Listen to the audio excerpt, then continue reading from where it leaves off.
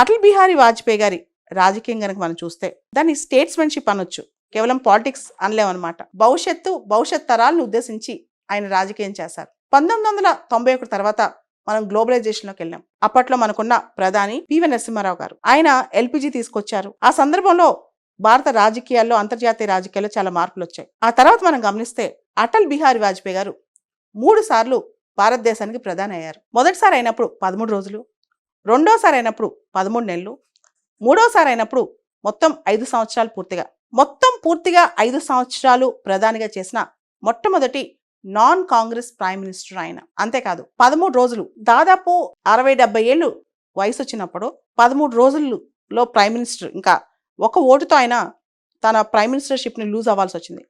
ఆ టైంలో కూడా హార్స్ ట్రేడింగ్ అంటే ఓట్లు కొనుగోలు, సీట్ల కొనుగోలు ఇలా ఏమీ చేయలేదు. విలువలకే కట్టుబడి ఉన్న రాజకీయం చేశారనమాట.